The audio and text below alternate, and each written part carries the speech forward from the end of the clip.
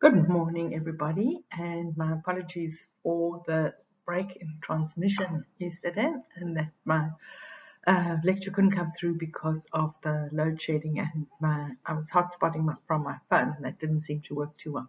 So I'm just going to do a short run through what we talked about and in case you want to refer to it and in case you did not manage to hear what I was talking about yesterday.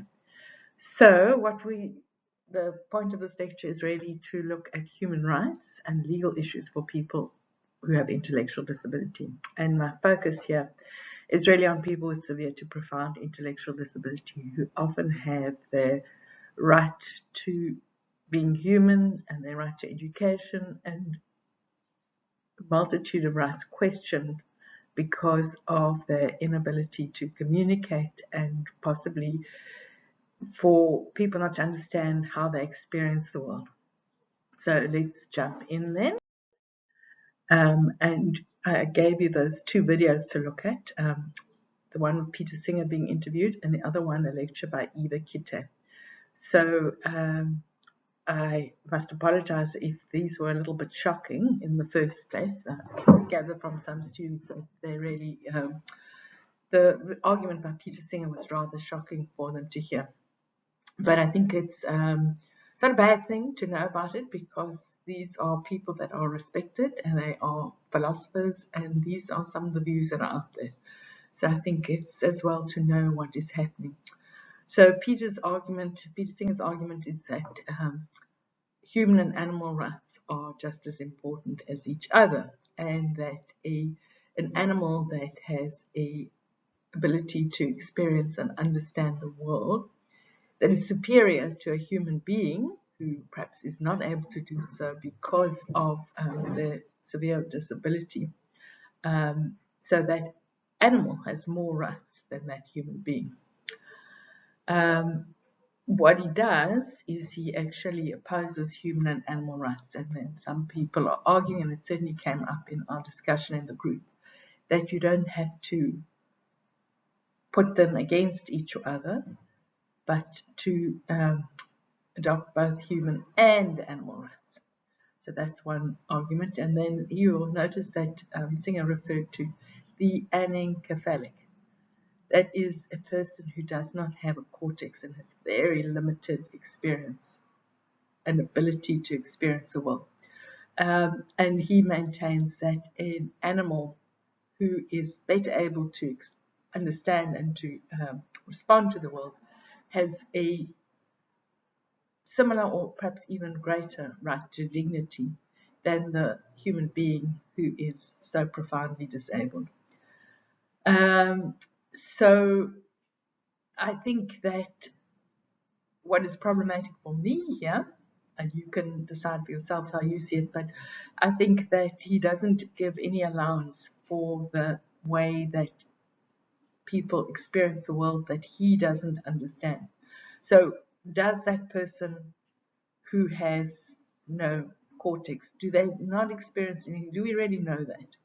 And yes, that is true for it, whereas an anencephalic, a person who doesn't have a cortex, might be a very extreme case with very little response to the world. But it's once again, where do you draw the line?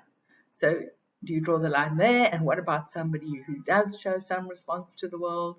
And how much response do they need to show? And how would you draw the line between where somebody is not deserving of human dignity and another person is? So that creates a problem, is where does one draw the line? Then the input by Eva Kitte is really directly in contrast to what Singer is saying. What Kitte argues is that what makes human beings human is the way that we are able to relate to and to understand their experiences. So she gives the example in her talk about the Japanese prisoner of war in America, and she shows these examples of refugees who have not been given a refuge, and talks about what about, are they actually human? And she says because we're able to empathize with them, because we'll be able to put the I in there, we can see ourselves in that position. That is what makes us human and makes human beings human. It's not so easy for us to put ourselves in the position of an animal, which once again is not to say that animals don't have animal rights, but maybe they're different to human rights. So being human is living among others as equal, and she argues very strongly that we need to defend people with intellectual disability because they are part of us and our families and our communities. And this is reflected in her own personal life because Eva Kitay is the daughter of Sesha, who is profoundly disabled and is now in her 40s, I think, and is still unable to communicate verbally and take any care of herself. But she has a very warm and loving relationship with her child. So Kitay's argument is what makes us human is the fact that we relate to each other. So humanity is a relational association. And if you might find that this rings bells for you with Ubuntu, the term Ubuntu, I am human because I am a human being because you are a human being. I don't know if I'm getting that quite right. But anyway, my humanity is created through your humanity. We do this together. So she asks, would it be possible to think of someone else's child as the same as an animal? And can we see ourselves in that position? And mostly, for the most part, we do. We can see ourselves in the position of others, and therefore our shared humanity.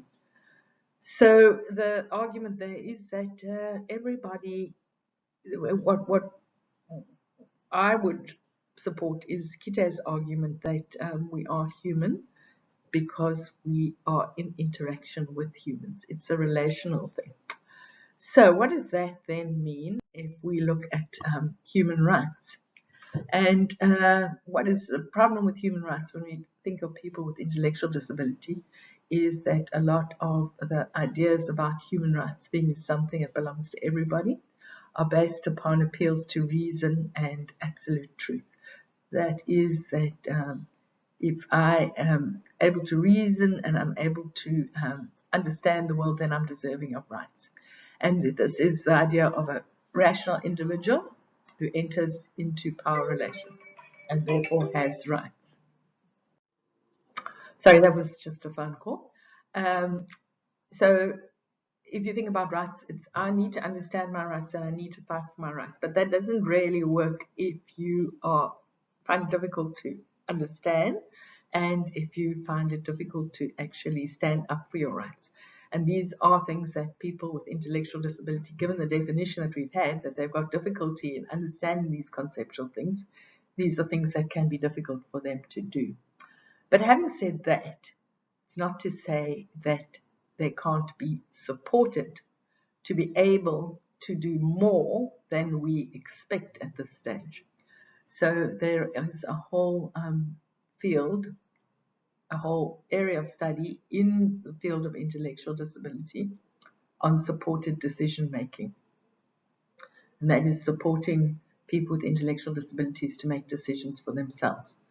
So the argument is not to say that people with intellectual disability do not have rights or can't exercise rights. The argument is to say that in order to exercise their rights, they need to have support. And in our world, where does that support come from? It comes from the family for the most part. So the family is an important player in human rights for people with intellectual disability. Why? Because a lot of people with intellectual disability, but certainly not all, and we're not trying to restrict what is possible, but a lot of people with intellectual disability will be dependent on their families for most of their life. So in the Western world or in America and Canada and so on, there might be services provided for adults with intellectual disability that would allow them to live independently or to live away from their families, but that is not the case in South Africa, or at least it's a very, very small number that it applies to, and most of them will be with their families. So that means that when we talk about thinking about the rights of a person with intellectual disability, we have to think about the rights within that family context. And that's once again where Iba Kite comes in so useful in understanding it, because she talks about the relationships.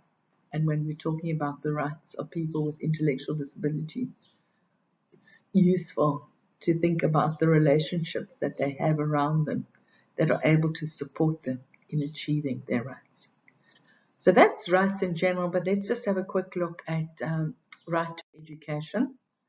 At this stage in South Africa, children with severe to profound intellectual disability are either at home, in partial residential care centres, and in special schools. And the majority of them are facing neglect and lack of access to services. For example, they are not benefiting from compulsory schooling and all the things that go with it. So in South Africa, there's the feeding scheme, there's school health services, and various other supports that are linked to compulsory schooling. So they miss out on all of that. And part of the reason that they have been excluded from the education system is that they were seen as ineducable. Ineducable meaning not able to be educated, and that was the word that was used. But this has changed somewhat in a belated process of acknowledging the right to basic education for all children, including in this group. And as you learned in our earlier on in the course, when you read the article by Brian and myself and Tessa Wood and Fatima Isa around the Western Cape Forum for Intellectual Disability, you will know that they actually fought for the right of education for children with profound intellectual disability. And one of the key pillars of this was to dispel the myth that they were ineducable, but to say they are educable, but the form that education takes might be a little different. So let's then just hone in a bit more on learners with severe and profound disability. And this group is not a homogeneous group. That is, they are not all the same. They are all different to each other. And they often have additional physical disabilities and or sensory disabilities. It's a kind of general tendency that the more severe the intellectual disability, the more likely there are to be other disabilities going with it. This might be deafness or blindness or cerebral palsy or autism, epilepsy, those other areas. Some children in this profound, I call it severe to profound intellectual disability, but it's also, it can be, another term for it which I quite like is profound and multiple intellectual disability. And some of these learners may be ambulant, that means they are able to walk, but most of them have medical or paramedical needs in addition to their learning difficulties. And they also may behave in ways that challenge staff, parents, and other learners, which result in their isolation, making it difficult to involve them in positive education experiences. So these might be inappropriate noises or inappropriate behaviors such as self-harm or similar kinds of things, which can be quite disturbing to the group. This group will rely on adult support to enable them to enact that environment, and importantly, this group will be dependent on other adults for the rest of their lives. So that is quite a weighty thing to consider when you're thinking of education. These children are headed for a life where they will be dependent. So if we've got this definition of the profound intellectual disability, and maybe just to quickly run through it, although Taryn has been through this with us. So in understanding the world and understanding concepts, they are at a very low level and may use objects in goal-directed fashion for self-care, work, and recreation. So that might be a bit of toothbrushing, brushing hair, that kind of thing. They maybe do some matching, but they often, as I've said, have motor and sensory impairments that go with it. In the social domain,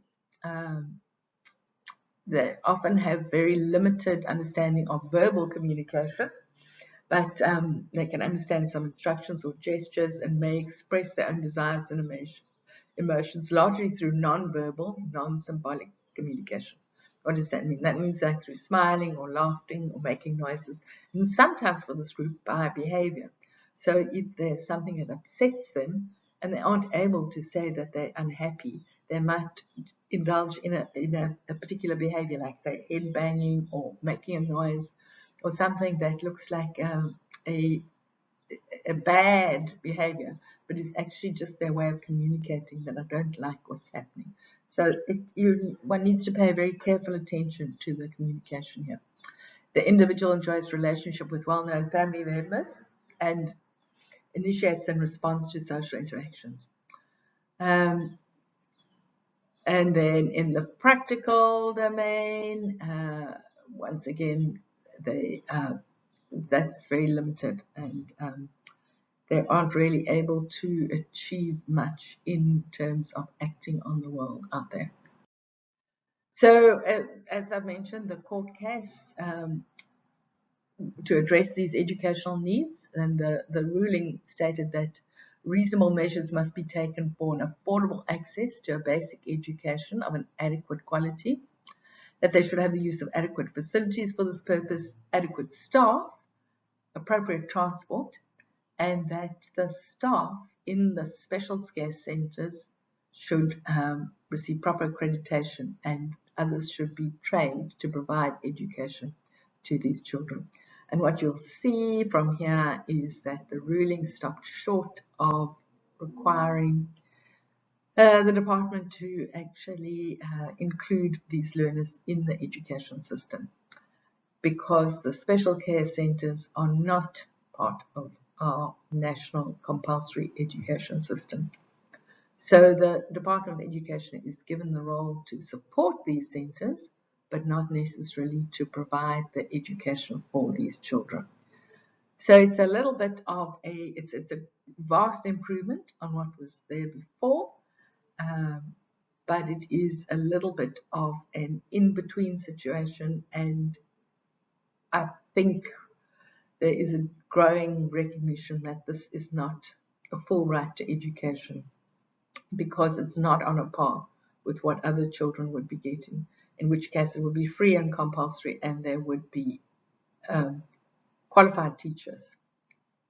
Because you know that in the Department of Education, you cannot get a job unless you have qualification of a minimum standard. And that is because our children deserve to be taught by qualified teachers. And this right hasn't been accorded to this group yet, because their teachers are not qualified. And Chantal will tell us more about that next week. So then the question that I want to leave you with, and that we will start our session with next time, is you going to the Jamboard and thinking about what would a quality education for learners with severe to profound intellectual disability look like. How do you see it? What is quality education for these children? Is it the same or is it different? I'd love to hear your views. So thanks very much, and see you next week.